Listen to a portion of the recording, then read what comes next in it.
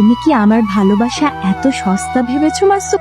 আমি কি তোমাকে ছাড়া অন্য কাউকে ভালোবাসতে পারি? আমার সব থাকতেও আমি তোমার জন্যই পাগল মাসুম। ঘরে কে আসছিল? তুমি কার সাথে কথা বলতেছিলা? কারোর সাথে কথা বলি নাই তো, আমি আয়নার সামনে অ্যাক্টিং করতেছিলাম, ফেসবুকে রিলস বানাবো। আমি তো ভাবছিলাম তুমি কার সাথে যেন কথা বলতেছিলা। তুমি না একটু তোমার কইলা তুমি চিটাগাং বন্দরে ডিউটিতে আছো, তাহলে এখন কেন নাইলা? আমি তো তোমার লগে মিছা কথা বলছি, তোমারে সারপ্রাইজ দেওয়ার লাগা। তুমি আমারে অনেক ভালোবাসো। আমি মজা করতে আসি নাই রে বউ, আমি তোমার প্রেমিকরে হাতে নাতে ধরতে আসছি। অনেক ফাঁকিবাজি করছো আমার সাথে, আর না। বন্ধু কি কমু তোরে ক, তোর বউ সারাটা দিন কানের মধ্যে ফোন নিয়ে বয়ে থাকে, কথা তো চলতেই থাকে। তোর ইনফরমেশন ঠিক আছে, শিউলির লগে কোনো পোলার চক্কর চলতেছে। ওই ভাতের কসম, এইবার একটা বিহিত না করে আমি ফিরতাছি না। এটা কি, এটাই কি তাহলে শিউলির প্রেমিক? আজকে তোর একদিনটা আমার একটা। এই যে ভাই, আমার হাজবেন্ড। আপনি কে ভাই? হ্যাঁ, আপনি আমার বউর সাথে কি আলাপ করতেছেন? ভাই আমি আসছিলাম সুখের সাথে এনজিও থেকে। আপা অনেকদিন আগে একটা লোনের ব্যাপারে কথা বলছিল তো, তাই আসছিলাম। কিসের লোন? তুমি না কইছিলে আমাকে একটা লোন দরকার? লোনের ব্যাপারে আপনার লোক পরে যোগাযোগ করুন। হ্যাঁ, আপনি শুনছেন। কপালটা ভালো যে ছেলেটা সত্যি এনজিও থেকে আসছিল।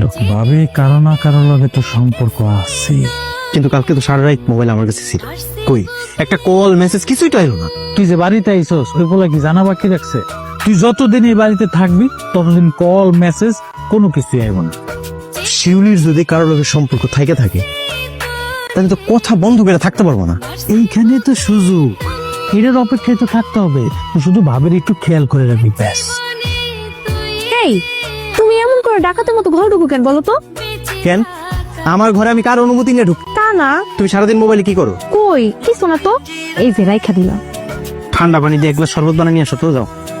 ঠিক আছে, তুমি সব সময় মোবাইল ধরকার। হ্যাঁ, তুমি জানো না আমার মোবাইলে কত মাইয়া মানুষ অ্যাড আছে? কার দিকে তোমার নজর পড়ে যায়, কোনো ঠিক ঠিকানা নাই। বাবা বসো বসো বসো, আমি তোমার কাছে শরবত নিয়ে গেছি। আরে বসো। তুই মনে কর ভাবির কাছে কোন একটা আবদার করছিস, দেখবি ভাবির কাছের মতো শুরু হয়েছে কেমন কেমন করবো। এবং ভাবি যদি মনে কর কোথাও ঘুরতে যেতে চায় বা তুই ঘুরতে যেতে চাস, তুই সাথে যাবি না, দেখ ওই সময় ভাবি কত খুশি হয়, তাহলে তো প্রমাণটা হয়ে যাবে।